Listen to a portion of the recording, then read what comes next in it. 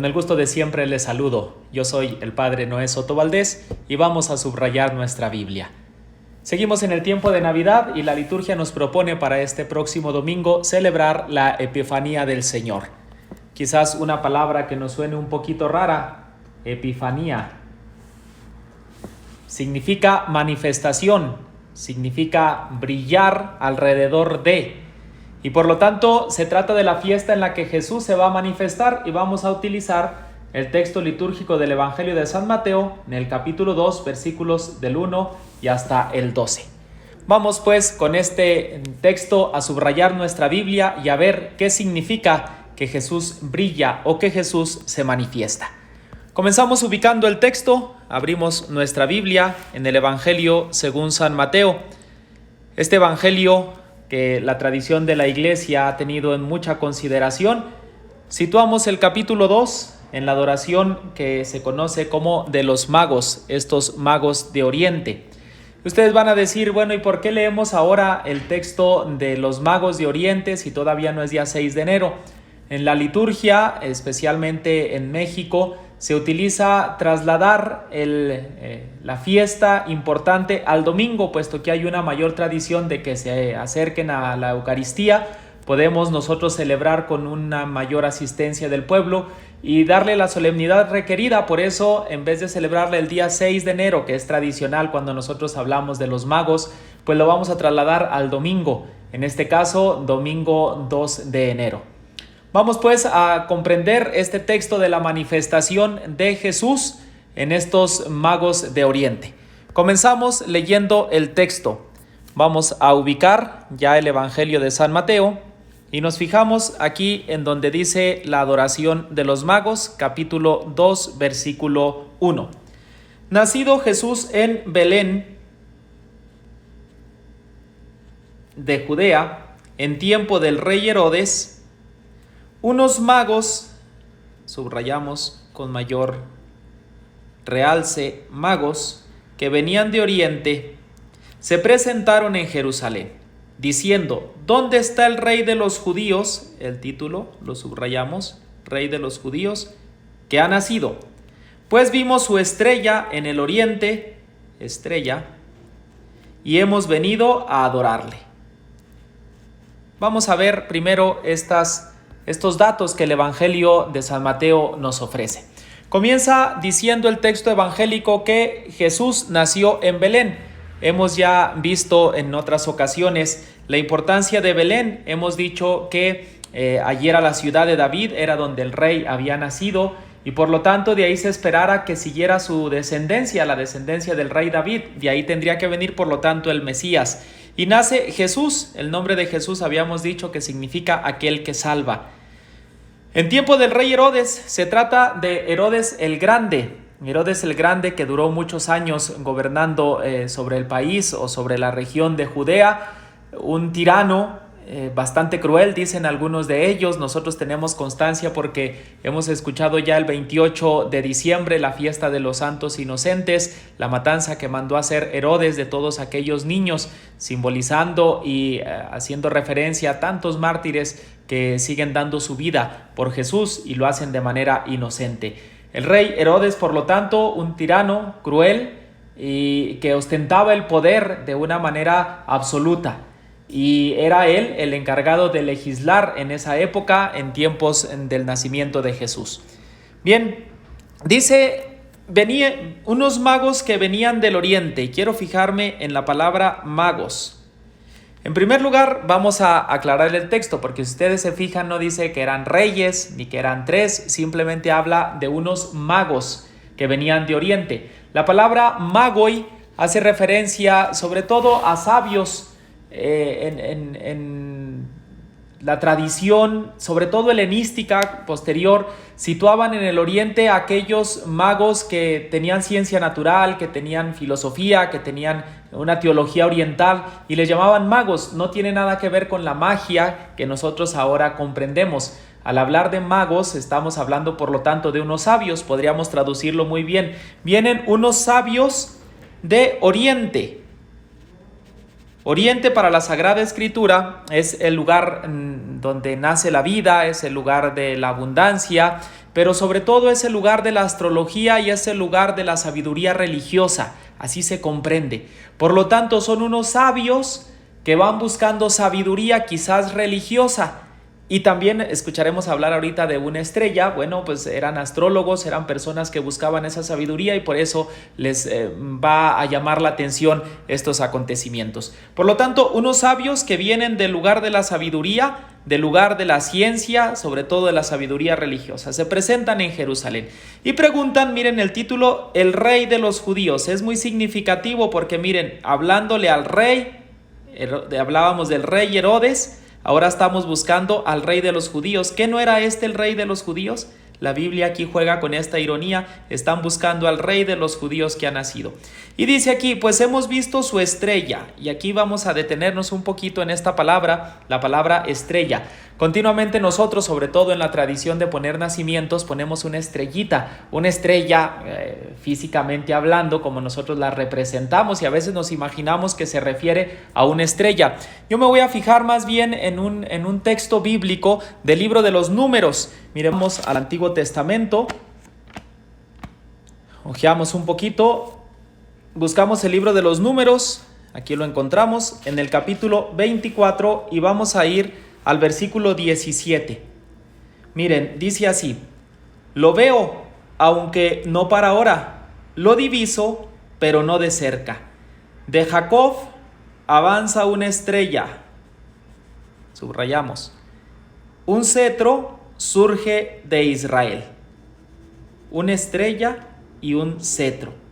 Muy probablemente se esté haciendo referencia a una realidad de legislación ubicada con alguien que brilla, una estrella. Y van a ser de la tribu o de los hijos de Jacob. Por lo tanto, desde el libro de los Números, estamos en el Pentateuco, se está anunciando una estrella que va a brillar de Jacob, que van a ser de Jacob, es decir, de Israel, y va a surgir para gobernar en Israel. Desde ahí se dio una tradición de identificar la estrella con el rey, con el reinado, con el rey de Israel. Y sobre todo, el primero que va a saltar a la mente cuando hablamos de reyes en Israel es David. David muchas veces se representaba con una estrella. Y de ahí viene todavía la tradición en el pueblo de Israel, una estrella en la bandera de Israel, de que están esperando que venga el Mesías. ¿Cómo lo van a representar? Con una estrella. Por eso volvemos nosotros al Evangelio de San Mateo, allí donde estamos en el capítulo 2, y entonces, ¿qué van a ver estos reyes? Pues van a ver una estrella que brilla desde el oriente para la sabiduría. Y entonces ellos quieren venir no por curiosidad, simple curiosidad intelectual, sino que van a venir a adorarle. Si dijimos, son sabios, teólogos orientales que buscan la sabiduría religiosa, por lo tanto vienen a buscar a ese Dios que acaba de nacer y que vienen precisamente a adorarlo. Continuamos oyéndolo. El rey Herodes se sobresaltó, se sorprende. Si él es el rey, ¿por qué le están preguntando por un rey que acaba de nacer? Y con él toda Jerusalén. Y además son unos sabios que vienen de fuera. Convocó a todos los sumos sacerdotes, escribas del pueblo, fíjense la gente importante. Ellos no se han dado cuenta del nacimiento del rey. Ellos no se han dado cuenta de que está brillando ya la estrella que se había anunciado en el libro de los Números. Por ellos estuvo informando del lugar donde había de nacer el Cristo. Ellos le dijeron en Belén. Este dato ya lo tenemos. Nacido Jesús en Belén, ahora dice en Belén. En Belén de Judea, porque así está escrito por medio del profeta. Esto ya lo habíamos leído en el profeta Miqueas, en el capítulo 5, versículo 1. Tú, Belén, tierra de Judá, no eres la menor entre los principales clanes de Judá, porque de ti saldrá un caudillo que apacentará a mi pueblo Israel. Miren, un caudillo que apacentará a Israel. Habíamos dicho, esa estrella va a ser un cetro que viene del pueblo de Israel. Por lo tanto, los que deberían de haberse enterado del nacimiento del nuevo rey para Israel, ni cuenta se han dado. Mejor unos de fuera vienen a buscar a este rey que ha nacido aquí en Judá, en Israel, para gobernar a Israel. Entonces, continuamos, dice, Herodes llamó aparte a los magos y por sus datos precisó el tiempo de la aparición de la estrella. Otra vez, no nos identifiquemos simplemente con un astro en el cielo. La estrella es signo de aquel que viene. Después, enviándolos a Belén, les dijo: vayan e indaguen cuidadosamente sobre este niño y cuando le encuentren, comuníquenmelo para ir también yo a adorarle. Fíjense lo que está diciendo, yo también adorarle. ¿Quién debería de buscar a este niño? Pues lo deberían de buscar los de ahí de Israel. Y sin embargo, manda a buscar mejor a unos extranjeros para después también ellos ir poder adorarle. Ellos, después de oír al rey, se pusieron en camino. Y aquí que la estrella que habían visto iba delante de ellos. Oiga, entonces la estrella avanzaba. Es una señal de dónde se va a encontrar al Mesías. Y esto nos puede ayudar a recordar también en el libro de los Números cómo la tienda de campaña, cuando el pueblo de Israel iba avanzando con ella, le iban señalando en dónde se tenían que ubicar, cómo moverse. Podemos leer otra vez, podemos ir al libro de los Números, por allí en el capítulo 9.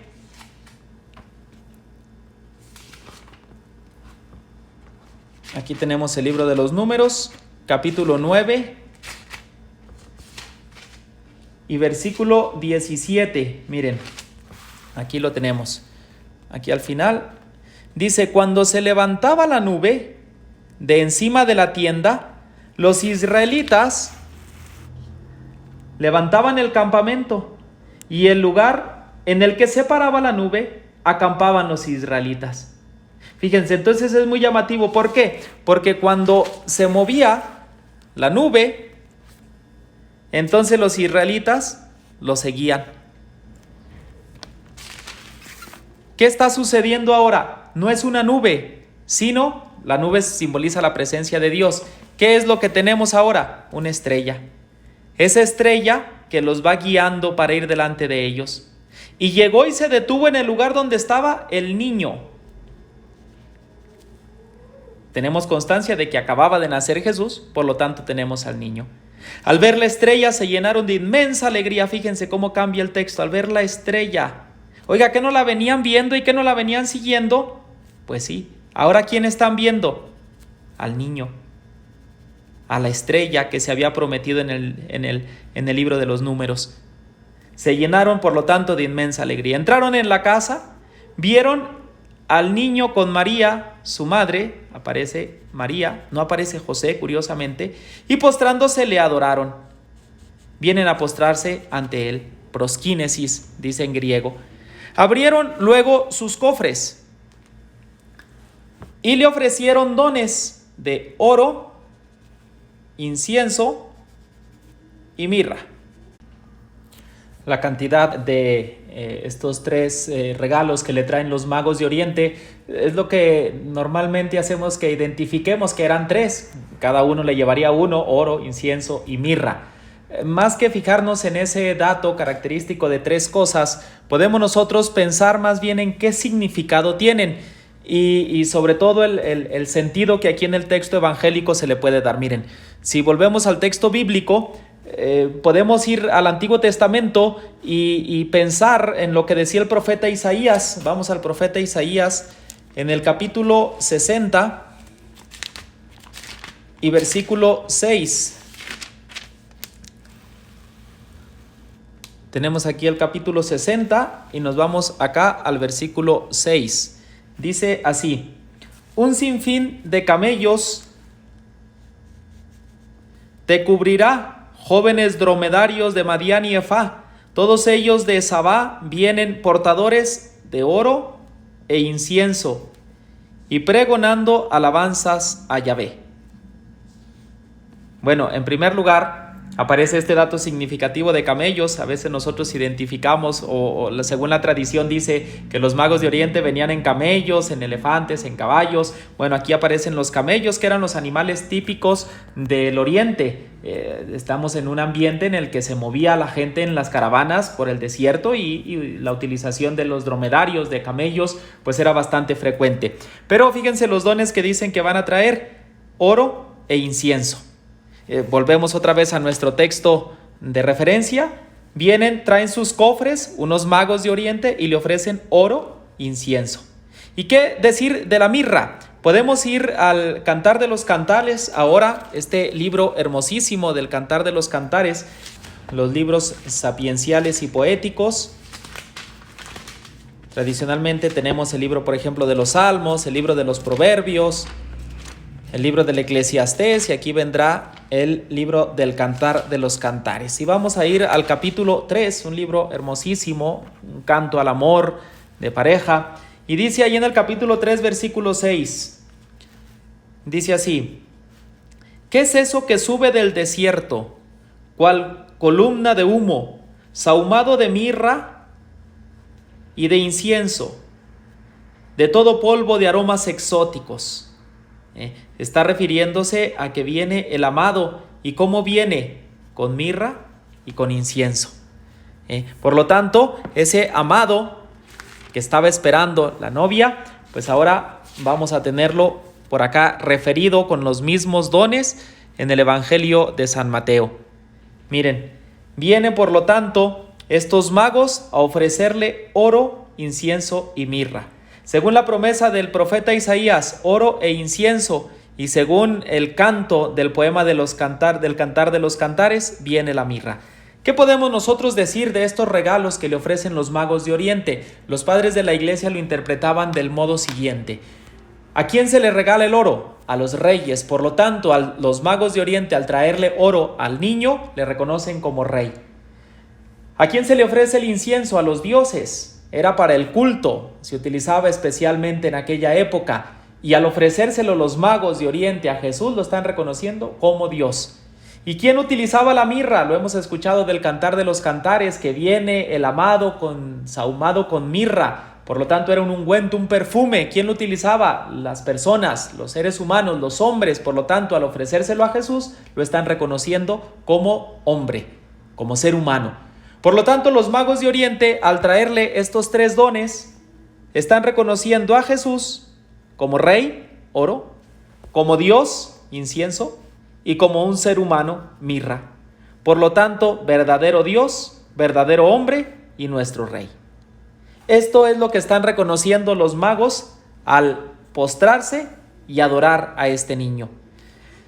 Terminamos. Y avisados en sueños de que no volvieran donde Herodes, se retiraron a su país, vuelven otra vez a su casa por otro camino, no vuelven con Herodes, vuelven otra vez a su realidad, a su vida, pero después de haber adorado a Jesús. Vamos a hacer ahora una interpretación global de este pasaje. Nosotros lo podemos ahora interpretar de una manera más global. Fíjense ustedes, nosotros podemos pensar: ha nacido el niño Dios. ¿Quiénes son los primeros que tendrían que ir a visitarlo, a buscarlo, a adorarlo, a reconocerlo? Los judíos. Sin embargo, no lo hacen. Van a tener que venir unos paganos de fuera, unos magos que buscan la sabiduría, guiados por una estrella, es decir, por el reconocimiento del mesianismo, del reconocimiento de Jesús como rey. Se van a postrar ante él y a ofrecerle sus dones. Lo van a reconocer como rey, como Dios y como ser humano. Pero son unos extranjeros que vienen buscando a este rey de los judíos que ha nacido, mientras que el pueblo de Israel no lo reconoce, mientras que el rey de Israel, Herodes, lo quiere matar o no lo reconoce. Y esto simboliza lo que después en vida de Jesús va a tener. Jesús va a ser rechazado por su propio pueblo y va a ser reconocido por ti, por mí, que no somos judíos, pero sí buscamos la sabiduría de Dios y vamos y nos postramos ante Él reconociéndole como nuestro Rey, viva Cristo Rey, como nuestro Dios, verdadero Dios, y como humano como nosotros, encarnado, nacido de la Virgen María, verdadero hombre. Por lo tanto, celebrar la fiesta de la Epifanía de Jesús es reconocer que Dios se manifiesta, que Jesús se manifiesta a todos los pueblos. No solamente viene al pueblo judío, sino se manifiesta a todos para que le reconozcamos. Tú y yo somos ahora esos magos que tenemos que ir a adorar. Hay que seguir la estrella, pero no una estrella como astro en el cielo, sino el reconocimiento de Jesús como el Mesías. Y postrados ante Él, reverenciémosle, entreguémosle nuestros dones. Soy el Padre Noé Soto Valdés, me da mucho gusto haberles acompañado, ahora subrayando el texto de Mateo, subrayando nuestra Biblia. Pasen todos muy bonito día.